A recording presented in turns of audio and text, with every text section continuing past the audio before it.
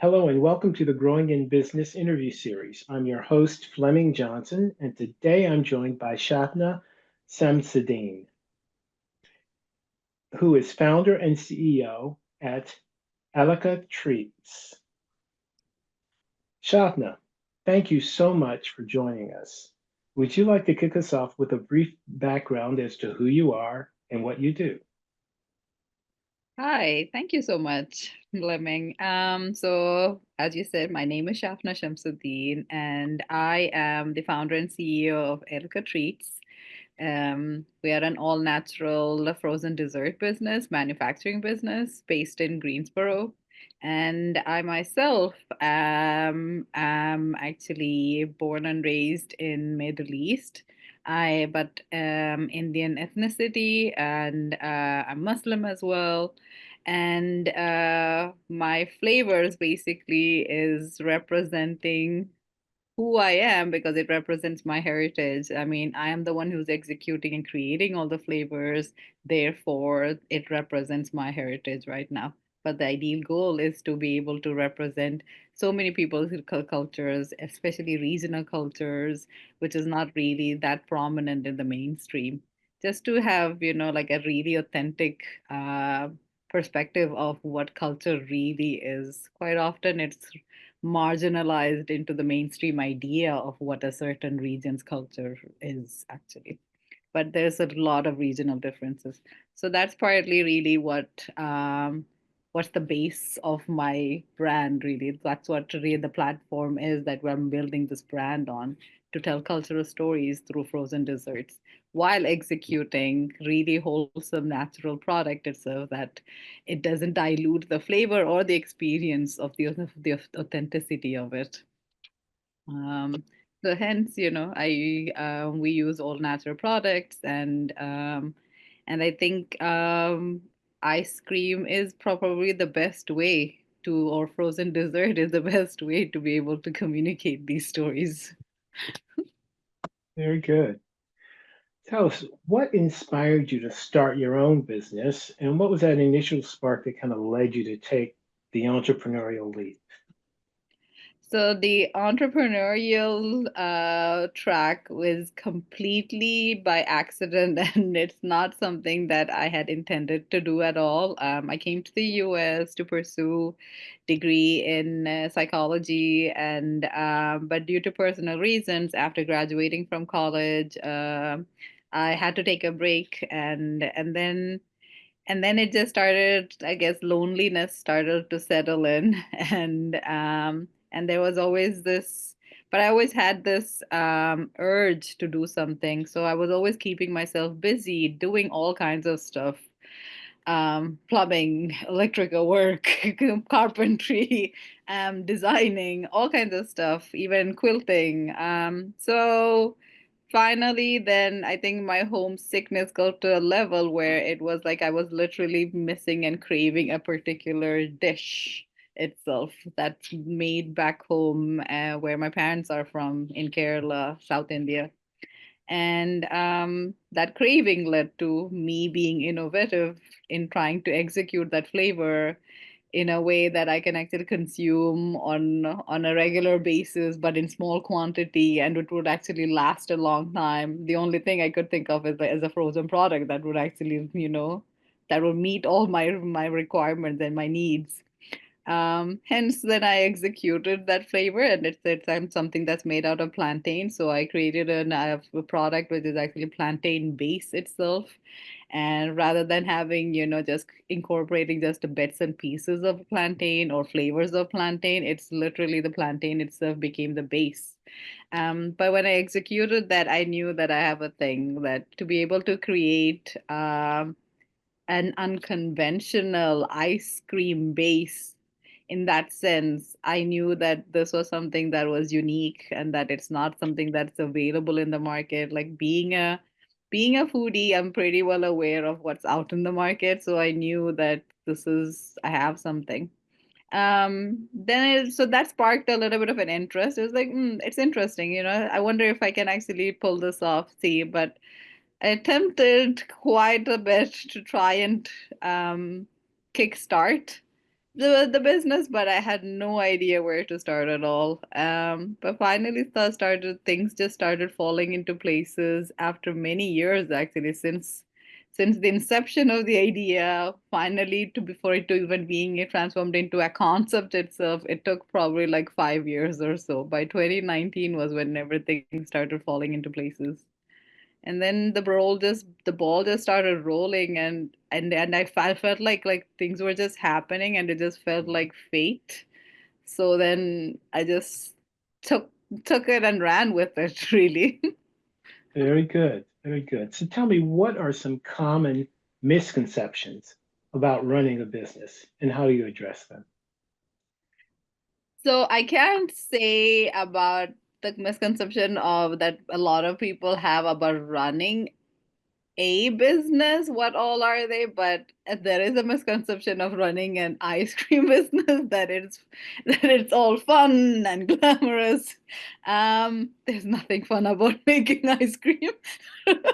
the the consumption part, yes, the consuming part of ice cream is absolutely fun and so much pleasurable, but the making part is not as much fun.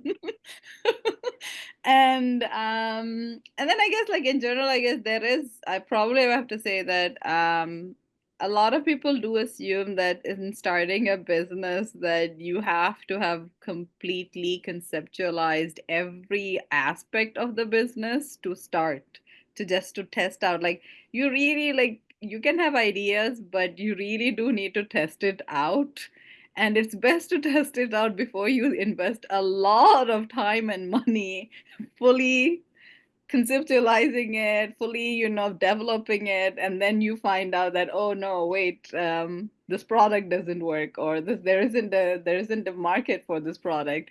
So I would say that I think that's probably a big misconception that and we're all encouraged to have a business plan when we're starting and everything, but I think even before we write a business plan, I would say that test out your product at a very small grassroots level, which is like it doesn't take much. You don't need a business plan if you're a CPG product, and you don't need a business plan to test out your product at farmers market.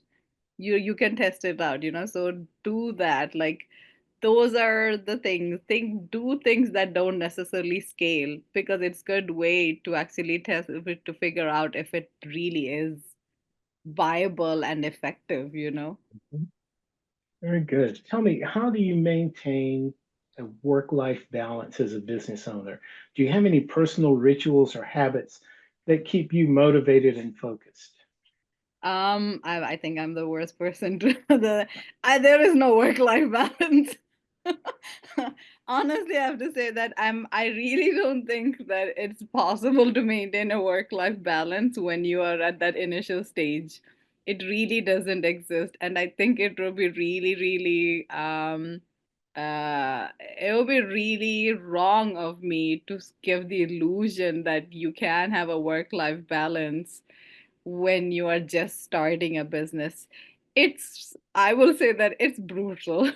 It's brutal, and you just have to go. But the best thing is actually probably having a support system. Like, if you can have a dependable support system who's there for you, that makes a huge difference. Like, yes, your hours will be really, really horrible, and you won't have that much energy. But if that support system is there, you can find some joy when you do get those few breaks and stuff like that. It makes a huge difference also in the journey. It gives you a little more drive, a little more push to continue. And I think that's what really, but I think the work life balance part really happens once things start to settle down a little bit, when you're past that really initial conceptualizing phase and your concept materializes to something. I think that's when you really actually you take a breather also as an entrepreneur. Otherwise you are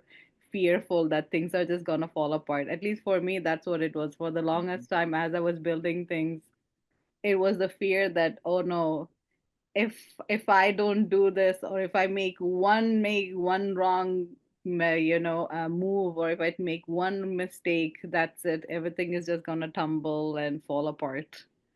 it's a constant fear, really.